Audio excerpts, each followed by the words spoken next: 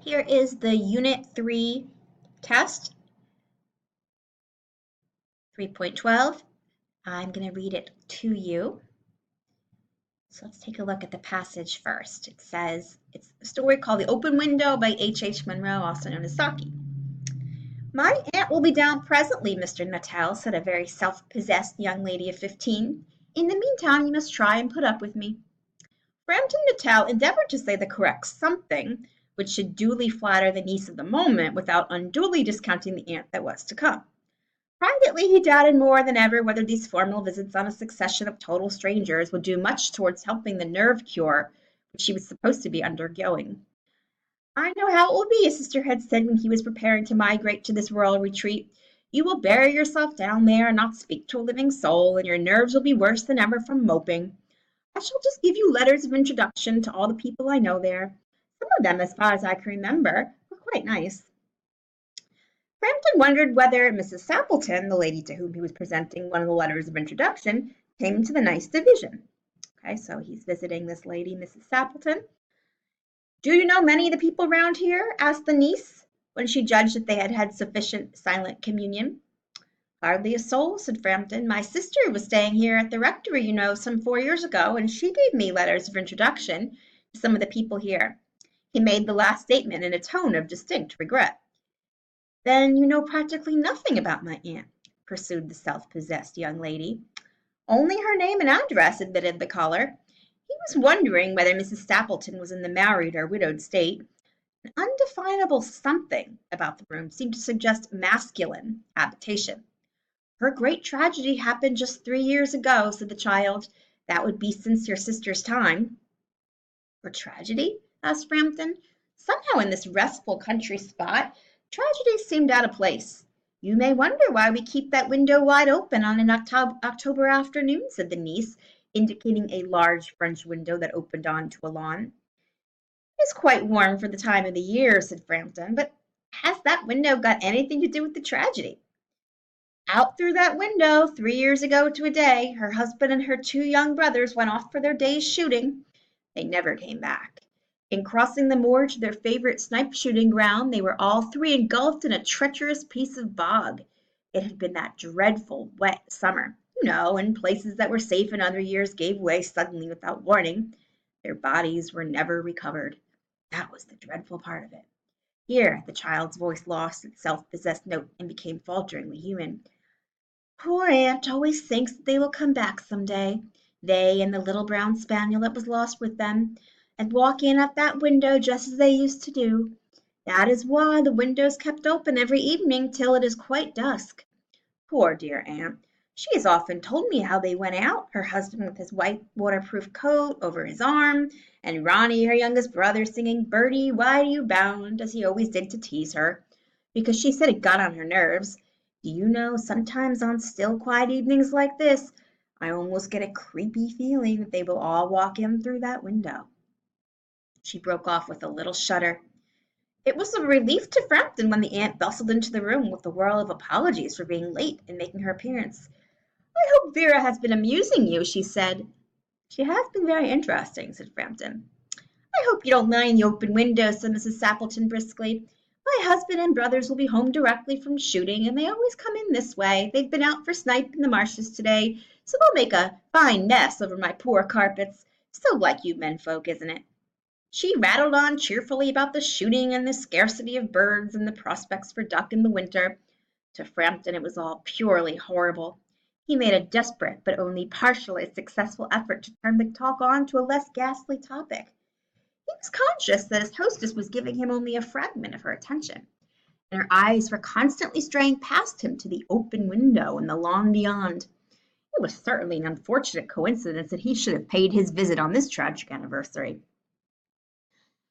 The doctors agree on ordering me complete rest and absence of mental excitement and avoidance of anything in the nature of violent physical exercise, announced Frampton, who labored under the tolerably widespread delusion that total strangers and chance acquaintances are hungry for the least detail of one's ailments and infirmities, their cause and cure. On the matter of diet they are not so much in agreement, he continued. No, said Mrs. Sappleton, in a voice which only replaced a yawn at the moment. Then she suddenly brightened into alert attention to not what Frampton was saying. "Ah, here they are at last," she cried, "just in time for tea. And don't they look as if they were muddy up to the eyes?" Frampton shivered slightly and turned toward the niece with a look intended to convey sympathetic comprehension. The child was staring out through the open window with a dazed horror in her eyes. In a chill shock of nameless fear, Frampton swung round in his seat and looked in the same direction. In the deepening twilight, three figures were walking across the lawn toward the window. A tired brown spaniel kept close at their heels. Noiselessly, they neared the house, and then a hoarse young voice chanted out of the dusk, "I said, Bertie, why do you bound?" Frampton grabbed wildly at his stick and hat. The hall door, the gravel drive, and the front gate were dimly noted stages in his headlong retreat. A cyclist coming along the road had to run into the hedge to avoid imminent collision. "Here we are, my dear," said the bearer of the white mackintosh, coming in through the window. "Fairly muddy, but most of it's dry." "Who was that who bolted out as we came up?" "A most extraordinary man, a Mr. Nuttall," said Mrs. Sappleton. "Could only talk about his illnesses, and dashed off without a word of good-bye or apology when you arrived. One would think he had seen a ghost." "I expect it was the spaniel," said the niece calmly. "He told me he had a horror of dogs. He was once hunted into a cemetery somewhere on the banks of the Ganges by a pack of pariah dogs, and had to spend the night in a newly dug grave with creatures snarling and grinning and foaming just above him. Enough to make anyone lose their nerve." Romance at short notice was her specialty. All right, so let's take a look at this first question. It says, how does the conversation between Frampton and Vera create tension?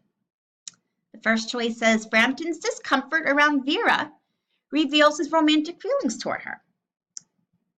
Next one says, in talking with Vera, Frampton is reminded of his own family, whom he had not seen in several years.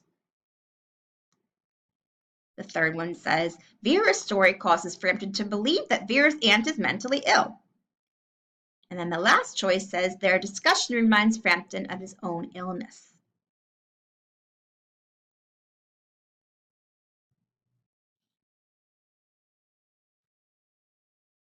Let's take a look at the second question. How does the niece advance the plot of the story The Open Window? She reveals a family secret that her aunt wants to keep hidden. She explains the customs of the people who live in this part of the country. She entertains Frampton during a difficult period in his life. And the last choice says she tricks Frampton into believing a falsehood that sends him into a panic.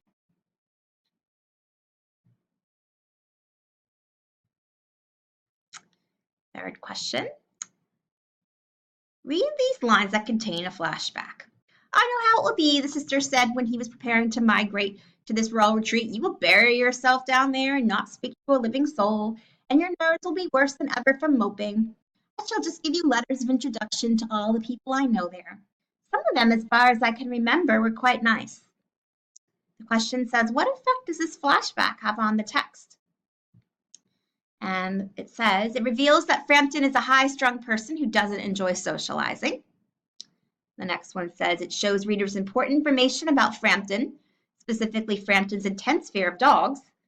The third one says, by using flashback, the author hints that Frampton and Mrs. Stapleton have a history together. And the last one says, this flashback generates suspense by revealing that Frampton isn't telling Vera or Mrs. Stapleton the truth about his past. Okay, question number 4. These sentences again from The Open Window. The child was staring out through the open window with a dazed horror in her eyes. In a chill shock of nameless fear, Frampton swung round in his seat and looked in the same direction. Which phrase from these sentences contributes most to the sense of surprise? Looked in the same direction, swung round in his seat, dazed horror in her eyes, or staring out through the open window? Number 5. Which sentence? All right, number 5. First, we have to read this passage. Excerpt from The Cask of Amontillado by Edgar Allan Poe. Edgar Allan Poe is well known for writing stories with a macabre, ghastly theme. In the story, the narrator, Montresor, believes Fortunato has spoken ill of him. Montresor has plotted revenge and lured Fortunato into his cellar with the promise of a taste of a very special kind of wine called Amontillado. Fortunato is having a coughing fit at the beginning of this excerpt. Montresor pretends to be worried about him, but he really wants revenge. My poor friend found it impossible to reply for many minutes. It is nothing, he said at last. Come, I said with decision, we will go back. Your health is precious. You are rich, respected, admired, beloved. You are happy, as once I was. You are a man to be missed. For me, it is no matter. We will go back. You will be ill, and I cannot be responsible. Besides, there is Lucchese. Enough, he said. The cough is a mere nothing. It will not kill me. I shall not die of a cough. True, I replied, and indeed I had no intention of alarming you unnecessarily, but you should use all proper caution. A draught of this Medoc will defend us from the damps. Drink, I said, presenting him the wine. He raised it to his lips with a leer. He paused and nodded to me familiarly while his bells jingled. His arm took my arm, and we proceeded. These vaults, he said, are extensive, but let us proceed to the Amontillado. Be it so, I said, offering him my arm. He leaned upon it heavily. We continued en route in search of the Amontillado.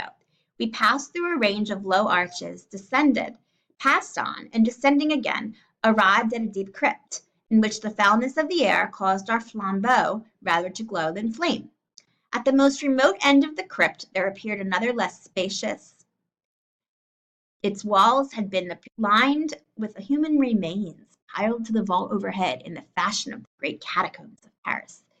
3 sides of its interior crypt were still ornamented in this manner.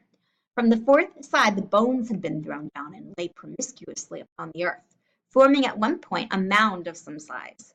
Within the wall thus exposed by the displacing of the bones, we perceived a still interior recess, in depth about 4 feet, in width 3, in height 6 or 7.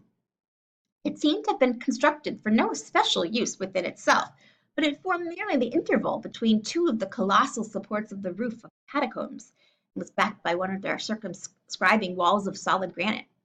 Proceed, I said. Herein is the Amontillado. As for Lucchese, he's an ignoramus, interrupted my friend, as he stepped unsteadily forward while I followed immediately. At his heels, a moment more, and I had fettered him to the granite. In its surface were 2 iron staples, distant from each other about 2 feet horizontally. From one of these depended a short chain, from the other a padlock. Throwing the links about his waist, it was but the work of a few seconds to secure it. He was too much astounded to resist. Withdrawing the key, I stepped back from the recess. The Amontillado, ejaculated my friend, not yet recovered from his astonishment. True, I replied, the Amontillado. As I said these words, I busied myself among the pile of bones of which I had before spoken. Throwing them aside, I soon uncovered a quantity of building stone and mortar. With these materials, and with the aid of my trowel, I began vigorously to wall up the entrance of the niche. I had scarcely laid the first tier of masonry when I discovered that the intoxication of Fortunato had in a great measure worn off. The earliest indication I had of this was a low, moaning cry from the depth of the recess. There was then a long and obstinate silence. I laid the 2nd tier, and the 3rd and the 4th, and then I heard the furious vibrations of the chain.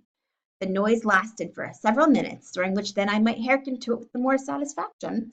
I ceased my labors and sat down upon the bones.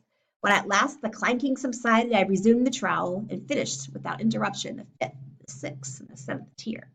The wall was now nearly upon a level with my breast. I again paused, and holding the flambeau over the mason work, threw a few feeble rays upon the figure within.